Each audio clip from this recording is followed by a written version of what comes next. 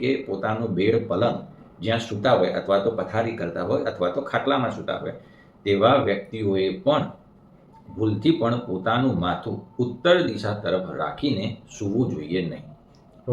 ફરીથી બોલું છું, પોતાનું માથું ઉત્તર દિશામાં અને પગ દક્ષિણ દિશામાં રાખીને જીવતા વ્યક્તિએ રાખવું જોઈએ નહીં. કદાચ આજે જ ઘરે જઈને ચેક કરી લેજો કે તમારો પલંગની દિશા જો ઉત્તર દિશામાં હોય તો તેને પૂર્વ અથવા તો પશ્ચિમ દિશામાં કરી લેજો.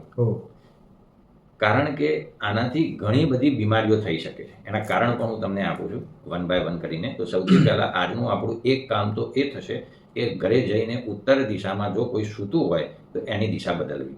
હવે પાછો પ્રશ્ન એ થાય કે ઉત્તર દિશા ક્યાં આવી? ઘણાને તો એ ખબર જ નહીં. હા, સ્વાભાવિક છે. ઘણા લોકો છે જેને વસ્તુનું જ્ઞાન નથી હોતું. તો હું તમને એકદમ સરળ રીત બતાવું છું કે ઉત્તર દિશા કેવી રીતે ઓળખવી. હવે ઘણા એમ કે ધ્રુવનો તારો હોય ત્યાં ઉત્તર દિશા, પણ આજે તો ધ્રુવનો તારો ક્યાં આવ્યો એ પણ કોઈને ખબર નહીં હોય. કારણ કે ધ્રુવનો તારો ખબર હોય તો ઉત્તર દિશાની ખબર પડી જાય. બહુ સરળ વસ્તુ છે. પણ આપણે એકદમ સરળ પદ્ધતિથી હું તમને પહેલા તો શીખવું છું કે ઉત્તર દિશા કઈ રીતે શોધવી. બહુ જ સરળ.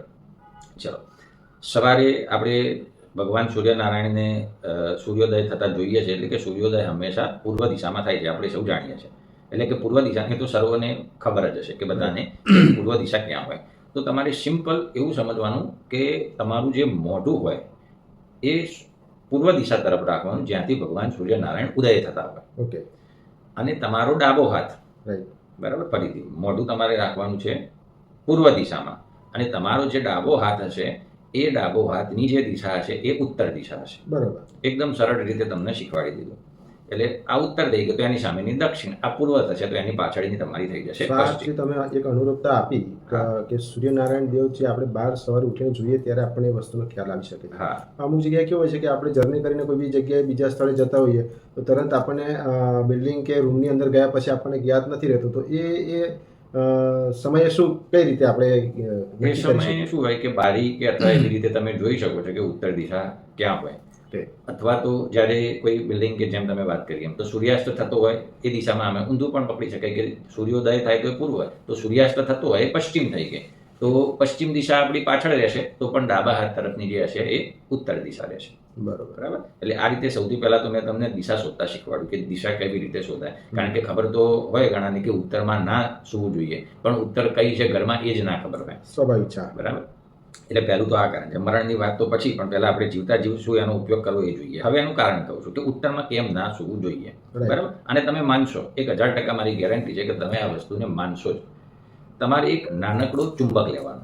બરાબર. એક નાનકડો પ્રયોગ કરીશું આપણે ઘરમાં, એટલે તમને ખબર પડી જશે. બરાબર. કોઈ જાદુ ટોણા નથી, ખાલી એક પ્રયોગ છે, સમજો.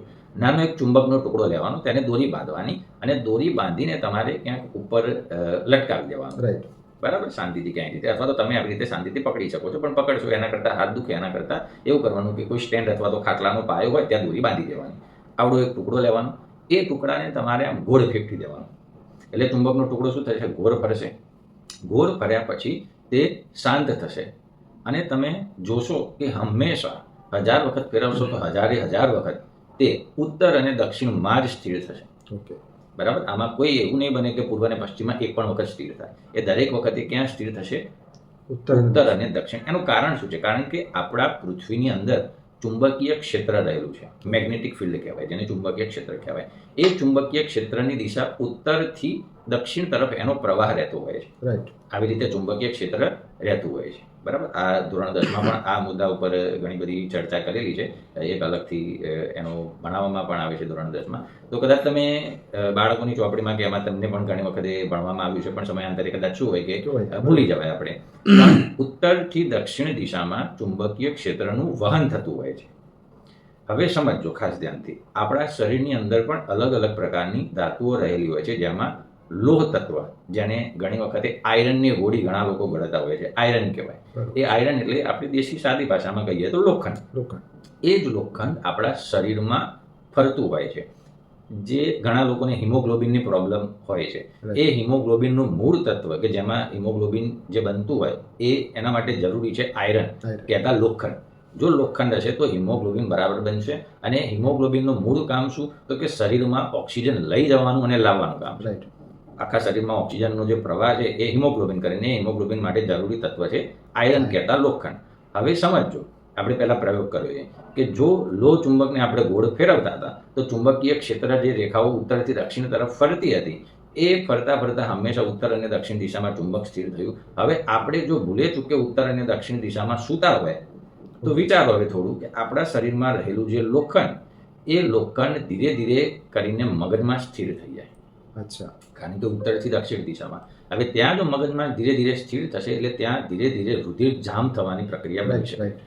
અને તેના લીધે બ્રેઇન ટ્યુમર અથવા તો મગજમાં કોઈ પ્રોબ્લેમ, યાદશક્તિની તકલીફો અથવા તો ગેસની બીમારી, એસિડિટી, ગમે તે પ્રકારની બીમારી થઈ શકે. કારણ કે આપણા શરીરનો મુખ્ય જે ભાગ કહેવાય કે જે શરીરને કંટ્રોલ કરતું હોય એ છે મગજ. અને મગજમાં જે જગ્યાએ પછી આ કણો ચોંટી જાય, ભેગા થાય, તે શરીરના તે અંગ ઉપર તેની અસર વર્તાય. રાઈટ. એટલે આ મેં તમને વૈજ્ઞાનિક પૂરેપૂરું કારણ બતાવ્યું કે કેમ ઉત્તર દિશામાં ઊંઘવું ના જોઈએ, સૂવું ના જોઈએ. Right right right. એવી જ રીતે દક્ષિણમાં પણ ટાળવી જોઈએ. કારણ કે ઘણા બધા લોકોના એવા અનુભવ છે કે દક્ષિણ દિશામાં જો ઊંઘવામાં આવે તો ખરાબ સ્વપ્ન આવે છે.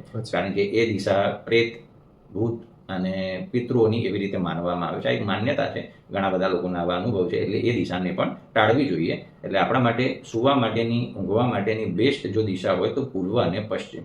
તો સૌથી પહેલાં તો આજે આપણે એક જ કામ કરવાનું છે, ઘરે જઈને આપણા પલંગ પથારીની દિશા બદલવાની. રાઈટ. કદાચ તમારે ફર્નિચર આગુ પાછું કરવું પડે પણ કરી લેજો, બીમાર ના પડવું હોય તો.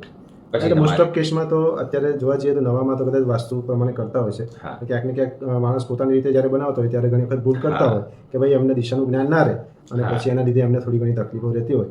તો આજે તમે એક સહજતાથી આ વસ્તુ બતાવી કે જેથી કરીને કોઈ બી માણસ ઇઝીલી આ વસ્તુ સમજીને પોતાના જીવનમાં આટલો તો ચેન્જ કરી જ શકે અને કરવો જ જોઈએ. એ સાયન્ટિફિકલી અને ધાર્મિક મેં રીતે તમને પણ પૂરા બહુ જ કારણો જરૂરી બતાવ્યા. વસ્તુ છે. બરાબર. મેં તમને આના પૂરા કારણો બતાવ્યા. આમાં કોઈ પાછું એમ કે પહેલા તો બધું અંબક ચાલતું હતું, Right. આવી રીતે થતું, પણ એવું નથી. આ મેં તમને બધા લોજિકલી કારણો બતાવ્યા બરાબર. અને આ બધું તમે ઘરે કરી શકો છો. એટલે જીવતા જીવતા આપણે આ વસ્તુ ન જ કરવી જોઈએ, પણ સાથે સાથે મૃત્યુ પછી પણ કેમ આને હા, આપણે એના પણ બે કારણો છે. એ બે કારણો હું તમને હવે બતાવું છું. પહેલા તો જીવવાની વાત કરીએ, હવે મૃત્યુ પછી કેમ.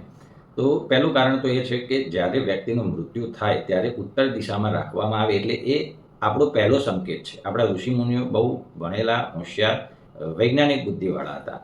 એટલે આજની દુનિયામાં લોકોને કહેવા જઈએ કે તમે આવું ના કરતા તો એ તમારી પાસે તર્ક માગશે કે ના, સ્વાભાવિક છે. આવું કેમ.